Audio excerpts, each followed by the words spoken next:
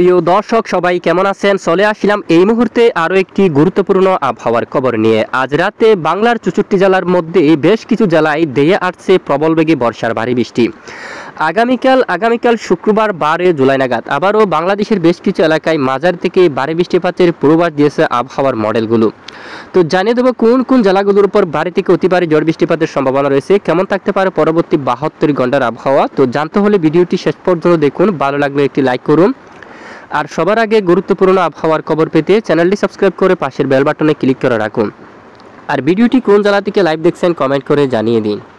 সর্বপ্রথম আমরা সরাসরি আপনাদেরকে লাইভ স্যাটেলাইট ইমেজের উপর নিয়ে আসলাম। দেখুন, আজ ব্যাপক আকারে মেঘ তৈরি হচ্ছে বাংলাদেশ এবং পশ্চিমবঙ্গের অঞ্চল জুড়ে। ভারী থেকে অতি ভারী বৃষ্টিপাত থাকতে পারে রাতে, বিকেল থেকে এই বৃষ্টিপাত শুরু হয়।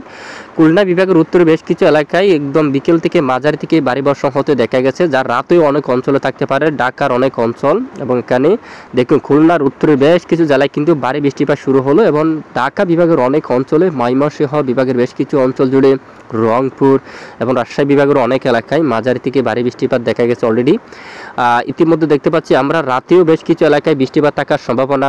দক্ষিণের অঞ্চল যদি আমরা একবার বলি, ভোর-সকাল থেকে টেকনাফ দিয়ে মাঝারি থেকে ভারী বর্ষণ দেখা গেছে। টেকনাফ, কক্সবাজার, রুকিয়া, চেনমার্টিন এই এলাকায়, চকরিয়া, কুতুবদিয়া এখানে মাঝারি থেকে ভারী বৃষ্টিপাত দেখা গেছে।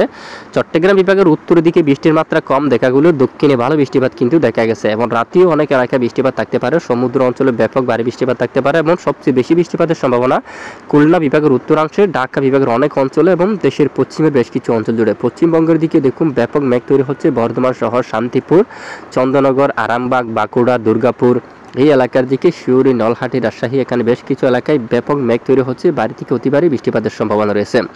আগামী 24 ঘন্টার মধ্যে রংপুর বিভাগের অনেক এলাকায় বৃষ্টিপাত থাকার সম্ভাবনা রয়েছে। ডুবুরি, কুচবিহার, পঞ্চগড়, শিলিগুড়ি সহ এখানে উত্তরবঙ্গের বেশ কিছু এলাকায় বৃষ্টিপাত থাকার সম্ভাবনা রয়েছে। পাশাপাশি ময়মনসিংহ ও রাজশাহী বিভাগের অনেক অঞ্চল জুড়ে এবং খুলনা বিভাগের বেশ কিছু অঞ্চল জুড়ে আবারও বৃষ্টিপাত থাকার সম্ভাবনা রয়েছে 12 জুলাই নাগাদ, আমরা দেখাবো একটু পরে।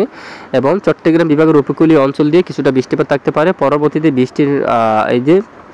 বৃষ্টির মাত্রা কিছুটা কমতে পারে, 13 জুলাই থেকে অনেকটাই কমে আসতে পারে। আমরা সরাসরি বৃষ্টিবাহী মোড়ে চলে যাচ্ছি।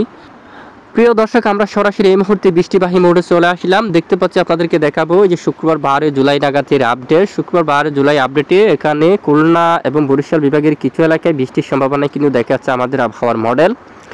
এখানে দক্ষিণ উপকূলে বেশ কিছু এলাকায় প্রচুর পরিমাণ কিন্তু মেঘের আনাগোনা শুরু হতে পারে আবারও। যশোর, চুয়াডাঙ্গা, খুলনা এবং এদিকে ভোলা এবং দেখুন মাদারীপুর সহ বরিশাল, মুলাদি, বাকেরগঞ্জ, পটুয়াখালী, বরগুনা সহ চরপেশন আকাশ মেঘাচ্ছন্ন থাকতে পারে। সাথে এই মেঘ থেকে অনেক এলাকায় বৃষ্টিপাত থাকার সম্ভাবনা রয়েছে। রামগতি, নোয়াখালী এখানে সন্দ্বীপ সহ ঠিক দক্ষিণ উপকূলীয় অঞ্চল, কলাপাড়া এই সবটুকু এলাকায় প্রচণ্ড আকাশ মেঘাচ্ছন্ন থাকবে। সাথে অনেক এলাকায় হালকা থেকে মাঝারি ধরনের বৃষ্টিপাত থাকার সম্ভাবনা এবং 11 তারিখ নাগাদ এখানে ভালো বৃষ্টিপাত ঘটাচ্ছে অলরেডি।